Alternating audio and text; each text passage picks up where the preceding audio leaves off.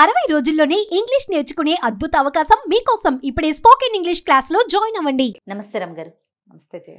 రమ్ గారు ఏం కథ చెప్తున్నారు ఇవాళ? కఠోపనిషత్తు నుంచి ఒక మంచి కథ చెప్తాను జయ. చాలా వింతగా ఉంటుంది ఇది. లాస్ట్ టైం మనము దసరాలప్పుడు ఉమాదేవి కథ చెప్పుకున్నాం. అవును రమ్ అది గారు. కేనోపనిషత్తులోది. ఇది కఠోపనిషత్తులో చెప్పబడిన కథ. రమ్ గారు, అసలు మనకి ఎన్ని ఉపనిషత్తులు ఉన్నాయండి? మనకు బాగా అందుబాటులో ఇప్పుడు ఉండేవి 10. 10. మంచివి అంటే బాగా ప్రముఖమైనవి, ప్రత్యేకంగా చెప్పబడేవి అవి. అసలు 100 పైన ఉన్నాయంటారు అందుబాటులో ఇప్పుడు. అంటే ఇవి అనుచానంగా రావాలి కదా పైనుంచి. మొదటంతా ఇప్పుడంతా ప్రింట్లు వచ్చినాయి. ఇది వరకు ఎట్లా వచ్చినాయి? ఉపనిషత్తు బోధల ద్వారానే వచ్చినాయి. మధ్యలో ఆ పరంపర ఆగిపోయింది అనుకో, గురువు నుంచి శిష్యుడికి రావాలి. గురువు ఏదైనా శిష్యుడు దొరక్క చెప్పకపోవటము, ఏదైనా శిష్యుడే ఏదైనా అటు ఇటు అవటము, అలా కొన్ని రాలేదు. ఎప్పుడేవో కదా ఇవి. ఈ కఠోపనిషత్తు చాలా ప్రత్యేకంగా కనిపిస్తుంది. పొందుపరిచారు రమ్ గారు ఇవన్నీ పొందుపరచబడ్డవే. కఠోపనిషత్తులో ఈ కథ, ఈ నచికేతుడి కథ చాలా ప్రత్యేకమైంది. చిన్న కథే. ఇది ఒక విశేషమైన సంగతి అన్నమాట, తెలుసుకోవాల్సిన విషయం. కఠోపనిషత్తు అవకాశం ఉండి ఎవరి దగ్గరైనా చెప్పుకోగలిగినా, అర్థం చెప్పుకోగలిగినా చాలా బాగుంటుంది. నాకు గుర్తుండి సామవేదం షణ్ముఖ శర్మ గారు కూడా చెప్పినట్టున్నారు కఠోపనిషత్తు మీద. నేను టీటీడీ వాళ్ళకి చేసినప్పుడు కఠోపనిషత్తు అవల. ఓకే. అందుకని నేను దాని మీద ఇంకా బాగా ఎక్కువ చెప్పలేను అనమాట, నేను వినలేదు కాబట్టి. అదేలేండి. పూర్వం వాజశ్రవసుడు అని ఒక ఆయన ఉండేవారు. ఈయన మహాపండితుడు, గౌతమ వంశానికి చెందినవాడు. ఈయన్ని గౌతముడని పిలిచేవాళ్ళట, ఆరుని అని కూడా పిలవలేవాడు. చాలా ప్రత్యేకమైన ఇదిగానే ఉండేది. ఔద్దాలకుడు అని కూడా అనేవారట ఈయన. అయితే ఈయన చాలా అద్భుతమైన వ్యక్తిగా గుర్తింపబడి ఉన్నారు. ఆయన ఏం చేశారట, ఒకసారి విశ్వజిత్ అని ఒక యాగం చేశారు. చాలా గొప్ప యజ్ఞం. ఈ విశ్వజిత్ యాగంలో ఏంటంటే సంపదంతా దానం చేసేయాలి. ఓకే. విశేషంగా బ్రాహ్మణ్యాన్ని పిలిచారు. ఈ దానాలలో ఎన్ని ఆవులో దానం చేశారట. ఉన్నదంతా ఈయనకి గోసంపద అధికంగా ఉంది. గోదానం అన్నిటికంటే అత్యుత్తమ దానంగా చెప్తారు. అన్నదానం తర్వాత అద్భుతమైన దానం గోదానమే. స్థిరాస్తులు భూదానం కంటే, బంగారం దానం కంటే కూడా గోదానము విశేషమైనది, అమోఘమైనది. ఇప్పుడు కూడా మనం గోదానాలు చేసుకోవచ్చు. మరణించిన తర్వాత, ఒక వ్యక్తి జీవించి ఉన్నప్పుడు కాకుండా మరణించిన తర్వాత 10వ రోజున 11వ రోజు దానాలు చేసే ప్రోగ్రాం ఒకటి ఉంటుంది, ఒక కార్యక్రమం చేస్తారు. అప్పుడు అన్ని బంగారము, వస్తువు, మన గొడుగు, చెప్పులు ఇలా అన్ని దానాలు చేస్తారు. వాట్లల్లో విశేషమైన దశదానాలు అంటారు. 10లో విశేషమైన దానం గోదానం. ఈ ఆవుని దానం చేస్తే వైతరిణి నదిని ఈ జీవుడు సులువుగా దాటేస్తాడని, దాన్ని తోకపుచ్చుకుని దాటేస్తాడని చెప్తారు. అందుకని చాలామంది పెద్దవాళ్ళు ఏం చేస్తున్నారంటే ఇటీవల కాలంలో బాగా కనపడుతుంది. ఇది వరకు ఊరికే మనం ఏదైనా ఇళ్లలో యాగాలు యజ్ఞాలు చేసినప్పుడు గోదానం చేసుకునేవాళ్ళు. ఇప్పుడు ఎలా కనిపిస్తుందంటే, మనం జీవించి ఉండగానే పెద్దవారు స్వయంగా తమే ఒక ఆవుని దానం చేసుకోవటం, ఆ గోదానం తాలూకు చీటీని తమ ఖాతాలో వేసుకోవటం మనం కూడా చేసుకోవచ్చు. దానికి ఏం వయసు ఈ పెద్దవాళ్ళు అయ్యాక చేయాలి, ముసలాళ్ళు అయ్యాక చేయాలి అలా ఏం లేదు. ఇప్పుడు మన దగ్గర గోవులు లేవు కదా రమ్మగారు? ఎందుకు లేవు? బోల్డ్ ఉన్నాయి. అంటే బయట వాళ్ళ దగ్గర తీసుకొని మనం దానం చేసుకోవటం. గోశాలలు ఉన్నాయి బోల్డ్, అక్కడ తీసుకొని ఇంకా చేయొచ్చు. గోశాలలో ఆవులు బోల్డ్ అని ఉంటాయి. ప్రతి రోజు ఒక ఆవుని మనం దత్తత తీసుకుని ఆవుకు సరిపడా ఆహారాన్ని మనమే అందిస్తాం. ఆ ఖర్చు మనం పెట్టుకోవచ్చు. అప్పుడప్పుడు వెళ్ళి గోసేవ చేసుకోవచ్చు. ఇలాంటి ప్రోగ్రాములు చేసేవాళ్ళు చాలా మంది ఉన్నారు. ఇళ్లల్లో కూడా చిన్న షెడ్ వేసి ఒక ఆవుని దూడని పెట్టుకునే వాళ్ళు కూడా చాలా మందే కనపడుతున్నారు. గోసంపద, గోసేవ పట్ల చాలా ఆసక్తి పెరిగింది. అయితే ఏమైంది, ఈయన గోవులన్నీ దానం చేస్తున్నాడు. ఈ వాజశ్రవసుడికి ఒక కుమారుడు ఉన్నాడు, చిన్నవాడు, 10 ఏళ్లవాడు. నచికేతుడు అతని పేరు. అయితే ఈ నచికేతుడు మొత్తం యాగ కార్యక్రమంలో అంతా యాక్టివ్గా పాల్గొన్నాడు. తండ్రికి కావాల్సినవి అందించటము, వచ్చిన వాళ్ళని ఆహ్వానించటము, అలాంటి పనులన్నీ చేస్తుంటే ఈ దానాలు చేస్తున్న ఆవుల్ని చూస్తుంటే ఆవుల్లో వట్టిపోయినవి, ముసలివి, ఎందుకు పనికిరాని ఆవులు కూడా ఉన్నాయి. తండ్రి అవి కూడా దానం చేసేస్తున్నాడు. ఇప్పుడు ఒక దానం చేసామంటే ఒక వస్తువు అది వారికి మనకి పనికిరాంది, వాళ్ళకు కూడా పనికిరాంది చేయకూడదు. అంతే కదా. మనకు పనికిరాదని చేస్తే దానం కాదు అది. వాళ్ళకు కూడా పనికిరాంది చేస్తే అది అసలు పనికిరాదు, అది దోషం. అయ్యో ఇట్లాంటివి దానం చేస్తున్నాడే నా తండ్రి, ఇంత గొప్ప పాండిత్యం కలిగిన వాడు, శాస్త్ర ప్రకర్ష ఉన్నవాడు ఇట్లాంటి పని చేస్తున్నాడని చాలా బాధపడిపోతున్నాడు. పిల్లాడికి ఏం చేయాలి తెలియటాలు. మొత్తం సమస్తము దానం చేయాలి కాబట్టి అవి కూడా చేస్తున్నామని ఒక సమాధానం లభించింది. సమస్తము దానం చేసేయాలి కాబట్టి మన దగ్గర ఉన్న సమస్త ఆవుల్లో ఒట్టిపోయినవి, ఎండిపోయినవి, ముసలివి, చచ్చిపోవడానికి సిద్ధంగా ఉన్నవి అవి కూడా దానం చేయాల్సిందే. ఇప్పుడు తండ్రి ఆస్తి కుమారుడు కూడా కదా లెక్క ప్రకారం. ఈ గోవులు, ఈ ధన సంపద వీటన్నిటితో భూములతో పాటుగా భూమి పుట్ర ఉన్నట్టే కొడుకు కూడా తండ్రి యొక్క ఆస్తి.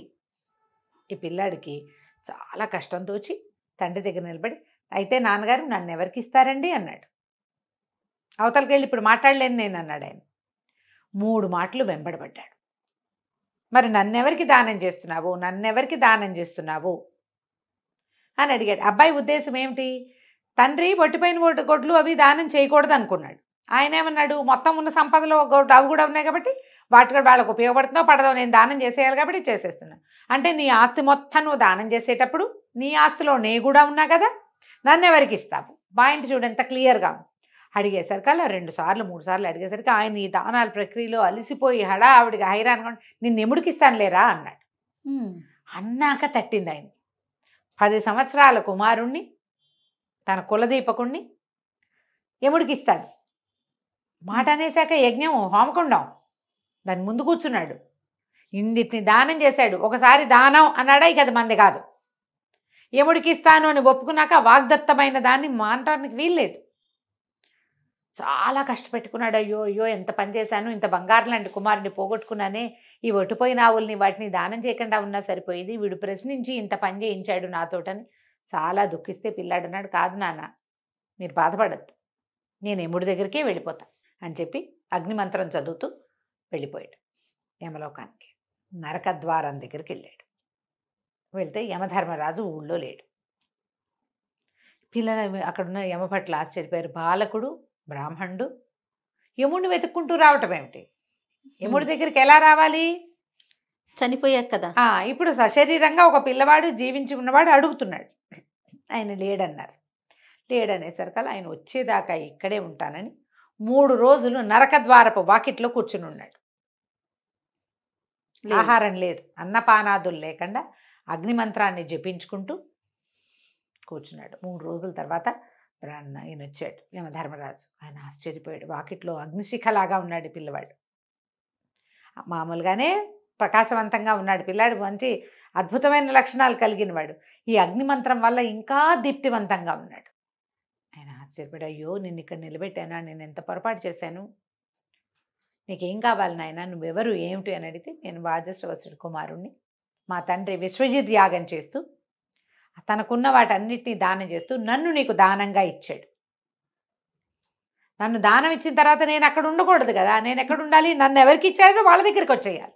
అందుకని నీకోసం నీ దగ్గర ఉండటం కోసం వచ్చేసానన్నాడు. ఈయన మహా సంతోషించాడు. నాకు నీ మాటలే నాకు నచ్చినాయి, నీ ఆలోచన ఇంకా నచ్చింది. నువ్వు ఇచ్చే ప్రకారం, నీ ఇచ్చే ప్రకారం నువ్వు ఎక్కడైనా ఉండొచ్చు, నువ్వు నాకు ఇవ్వబడిన వాడివి, నువ్వు ఎక్కడైనా ఉండొచ్చు, ఏమైనా చదువుకో, ఏమైనా చెయ్యి, నాతోనే ఉండక్కర్లా, నువ్వు ఎక్కడున్నా నాకు ఓకే. ఇంత అద్భుతమైన వాడివి, నీకు 3 వరాలు ఇస్తాను కోరుకోమంటే, నన్ను దానం చేసిన నా తండ్రి చాలా దుఃఖపడుతుంటాడు, ఆయన దుఃఖాన్ని పోగొట్టు. నేను తిరిగి వెళ్ళిన తర్వాత ఆయన కోపించకూడదు నా మీద. అక్కడి నుంచి అగ్ని మంత్రం, ఇప్పుడు నేను మా నాన్న కేవలంగా అగ్ని మంత్రాన్ని ఇచ్చాడు, అగ్ని విద్యని నాకు ఉపదేశించు అని అడిగాడు. ఈ అడిగిన 3 కోరికలకి యమధర్మరాజు ప్లీజ్ అయిపోతే, నువ్వు అడిగిన వరాల వల్ల నాకు ఇంకో వరం ఇవ్వాలనిపిస్తుంది, నీకేం వరం కావాలో కోరుకోమంటే, అబ్బాయి ఏం అడిగాడంటే, ఆత్మవిద్యని నాకు తెలియచేయి, బ్రహ్మ విద్య ఉపదేశం చేయమన్నాడు. ఎట్లా ప్రాణులు మరణిస్తారు, మరణించిన తర్వాత వీళ్ళు ఏమవుతారు, మళ్ళీ ఎలా పుడతారు, ఈ జనన మరణ చక్రం ఎట్లా నడుస్తుంది, మరణించిన వాడు ముక్తి పొందితే ఎక్కడికి వెళ్తాడు, మనం ఎన్నిసార్లు చెప్పుకున్నా మనకేం అర్థం కాదు చూడితే కదరమ్మ గారు. మరణించిన తర్వాత ఏమిటి, పితృలోకాల్లో చేరేవాడెవడు? ఒక వ్యక్తి మరణిస్తే వాడు మళ్ళీ పుడతాడు మనకు తెలుసు, కానీ వాడి ఆత్మ పితృలోకాల్లో కూడా చేరుతుంది. ఏది పితృలోకానికి చేరుతుంది, ఏది మళ్ళీ పుడుతుంది. దాంతోపాటు పూర్వజన్మార్జితంగా మనకి పాపము పుణ్యము సంక్రమిస్తాయి. ఎలా? వీటితో పాటు కొన్ని విద్యలు కూడా పూర్వజన్మార్జిత పుణ్యం వల్ల విద్య కూడా వస్తుంది.